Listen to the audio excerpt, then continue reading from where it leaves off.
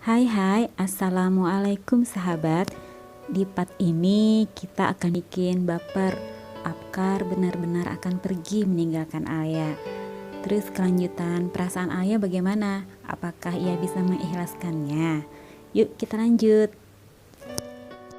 Part 16. Aku akan pulang. Tiket sudah, koper sudah, tas pinggang sudah, pamitan sama teman-teman satu kos sudah. Apkar memandang sekeliling kamarnya, kamar yang sudah hampir 2 tahun dihuninya.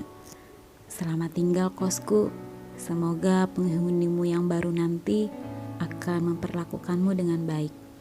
Apkar memasang sepatu kets putihnya, menggulung kemeja sampai hampir siku yang pernah Alia ajarkan. Bercermin sebentar dan membiarkan rambutnya beberapa helai jatuh ke alisnya yang tebal.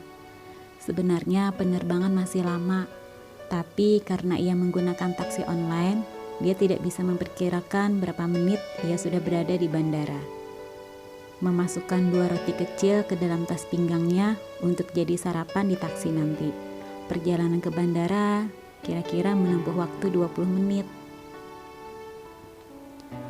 Membuka pintu kamar dan sudah berdiri seorang gadis mungil dengan memakai kemeja hitam bergaris vertikal putih, celana jeans panjang, dan tas selempang merah muda. Alia cuma tersenyum. Masuk ah. Alia perlahan memasuki kamar Apkar yang sudah kosong. Lemari-lemari kecil Apkar sudah ia bagikan ke teman-teman kosnya. Pesawat jam berapa kak? Masih 2 jam lagi ah. Kakak pergi ke bandara sama siapa? Sendiri. Boleh Alia mengantar kak? Apkar mengangguk.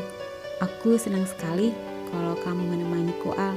Aku pesan taksi dulu ya. Apkar mulai memesan taksi online di handphonenya. 5 menit lagi Al, taksinya datang. Alia cuma bisa diam tanpa bisa berkata-kata. Apkar juga. Apkar tiba-tiba meraih jemari Alia. Maafkan aku Al. Alia yang minta maaf kak. Padahal keduanya tidak tahu harus meminta maaf untuk apa. Dengan permintaan maaf, sepertinya sakit dan sedih ini sudah jauh berkurang. Taksinya sudah di depan. Kita jalan Al. Alia berjalan diikuti Apkar di belakangnya sambil mendorong kopernya. Di dalam taksi, aksi diam pun masih terus berlanjut. Sungguh Alia tidak marah. Ia cuma bingung harus bicara apa. Dan Apkar memilih diam karena tidak berani bicara kalau nanti membuat Alia ngambek lagi. Ini saja sudah sangat bagus Alia mendatanginya dan mau menemaninya mengantar ke bandara. Kak, nanti kalau sudah sampai kabarin ya. Iya Al, pasti ku kabari. Kakak boleh chat Alia, boleh nelpon Alia, kapan saja. Pertanyaannya kan kemarin malam, baru dijawab sekarang. Seandainya dijawab kemarin, kan tidak ada sakit-sakit hati beginian. Apkar kembali meraih jemari Alia, dan kali ini tidak ingin dia lepaskan. Ingin sekali dibawanya jemari itu ke dalam pelukannya, agar ia merasa nyaman meninggalkan Alia. Tapi apa haknya untuk meminta lebih pada Alia? Alia bukan siapa-siapanya. Alia juga merasakan kehangatan dari jemari tangan Apkar. Betapa ingin ia membalas genggaman itu dan mengatakan, aku akan menunggu kak. Menunggu apa Al? Apkar bahkan tidak mengatakan apa-apa. 20 menit kemudian, mereka sudah sampai dan duduk di ruang tunggu. Apkar tidak pernah sedetik pun melepaskan tangan Alia dari jemarinya. Al, kita duduk di sini dulu ya. Masih ada waktu. Kak, kalau kakak sudah kerja di sana, kakak masih mau jenguk ayah di sini. Al, aku akan datang ke sini, tapi aku belum tahu kapan waktunya. Nanti pasti akan kukabari. Kak, iya Al? Alia menggeleng, enggak jadi. Aku titip salam sama Arga, Sylvia dan Roni. Semoga Semoga mereka bisa menjaga kamu dengan baik. Salam juga buat Tante, Om, Kak Pandu, dan Tasya. Alia mengangguk. Dan satu lagi, sampaikan terima kasihku pada Yanti. Terima kasih sudah mengenalkan aku dengan seorang wanita seperti kamu. Alia tersipu. Kuliah yang baik ya, Om dan Tante sayang banget sama kamu. Beliau pasti mengharapkan kamu berhasil. Kak, boleh kita selfie berdua? Apkar mengangguk.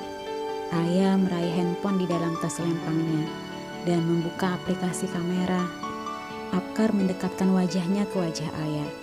Alia langsung salah tingkah, tapi pura-pura cuek. Dengan mengambil kamera depan, disorotnya wajah mereka berdua. Cukup dengan 5 foto dengan pose yang berbeda.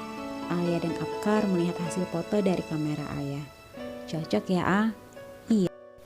Mereka berdua sama-sama kaget dan saling tersipu. Kirim ke WhatsAppku ya, Apkar langsung mengalihkan pembicaraan. Foto pertama kita ya, Kak. Semoga foto selfie berdua lainnya segera hadir ya, Apkar terkekeh. Iya, kalau kakak datang lagi, sahut Alia sambil memasukkan handphonenya. Aku ada bawa roti, kita makan di sini yuk. Alia meraih roti yang disodorkan Apkar. Makasih kak. Kamu belum jawab maafku tadi. Iya, udah Alia maafin. Kalau maaf Alia sudah kakak maafin. Untuk kamu, stop maaf aku gak ada habisnya. Kalau mau habis, dicetak lagi. Alia, sebentar lagi pesawatku akan berangkat. Apkar berdiri dan menarik tubuh Alia dari duduknya. Aku pamit, jaga diri baik-baik. Aku pasti pulang menemui kamu lagi. Tiba-tiba air mata Alia jatuh tanpa diundang. Alia tidak bisa lagi bicara. Apkar menarik tubuh mungil itu ke dalam pelukannya dan berbisik di telinganya. Aku akan selalu mengabarimu Al, dan aku janji akan pulang. Jangan menangis lagi, aku juga sedih. Apkar melepaskan pelukannya dan membawa jemari Alia ke bibirnya, mengecup jari itu dengan lembut dan mengembalikan lagi ke posisinya. Apkar mengambil koper dan tas pinggangnya, berjalan menjauhi Alia. Alia tidak melepaskan pandangannya sampai Apkar berada jauh. Apkar melambaikan tangan melihat bibirnya bergerak mengatakan sesuatu, tapi Alia tidak bisa mengerti apa yang diucapkan Apkar. Alia hanya bisa melambaikan tangan. Apkar sudah benar-benar hilang dari pandangannya. Alia kembali duduk di kursi semula. Kakinya dan tangannya teramat lemah. Sampai saat terakhir, Apkar tidak menyatakan apapun. Tidak ada kalimat cinta, tidak ada permohonan untuk menunggu, tidak ada pelarangan untuk jalan dengan siapapun. Alia memandang jarinya yang baru saja dikecup Apkar. Apa artinya ini kak? Harusnya kamu tahu betapa mahalnya harga kepastian. Apalagi bagi makhluk yang bernama perempuan. Bukan sekedar selalu membombardirku dengan senyum dan tatapanmu yang membuatku menjadi lemah. Aku perlu kata untuk bisa memastikan aku harus bertahan atau pergi. Adakah jalan keluar selain menunggu? Di dalam pesawat, kamu menangis. Aku melihat cintamu, Alia. Aku menemukan perasaanmu. Percayalah, aku pergi untuk mengubah jalan hidupku. Kamu terlalu sempurna sejak dilahirkan. Keluarga, penghidupan, teman-teman. Jika aku beri rantai pada hatimu, kamu terkekang untuk keluar. Bahkan mungkin kamu akan kehilangan dunia unikmu di usia yang terlalu muda. Aku ingin menyakitimu dengan mengucapkan aku mencintaimu. Sebenarnya, aku jauh lebih ingin memilikimu, memberi minta yang pantas. Tapi bukan sekarang. Aku harus sukses. Aku harus membuatmu jauh lebih bahagia dan nyaman dari keadaanmu sekarang.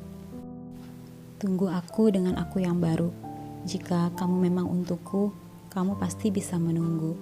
Dan jika kamu menemukan seseorang yang lebih membuatmu nyaman, kamu tidak perlu merasa bersalah meninggalkanku, karena aku tidak memintamu menunggu. Aku hanya ingin saat aku datang lagi padamu, aku sudah jauh lebih baik dan akan menyambungkan kehidupanmu yang sudah sangat baik menjadi lebih baik lagi. Kamu masih memandangku ketika aku ucapkan, "Aku sayang kamu." Kamu tidak akan bisa membacanya karena kita tadi sudah sangat jauh. Aku hanya akan perlahan-lahan memberitahumu tentang hatiku melalui hubungan berjarak ini, perlahan yang memberikanku tanda sayang setiap harinya. Dan itu akan kumulai sekarang. Jarak bukan alasan untuk memisahkan. Ini sebentar saja. Kita hanya akan perlu waktu menatap wajah di handphone yang baru dikirim ayah. Aku mencintaimu, ayah. Aku akan pulang melamarmu. Bersambung ke part 17. Apakah cuma saya yang baper pas lagi cerita? Yang dengar bagaimana? Ditinggal tanpa ada kepastian dan Alia masih dalam pengharapan. Apakah Alia masih bisa bertahan? Atau nanti akan menyerah dan pergi perlahan-lahan? Yuk kita lanjut saja. Jangan lupa ya like dan subscribe. Terima kasih. Assalamualaikum.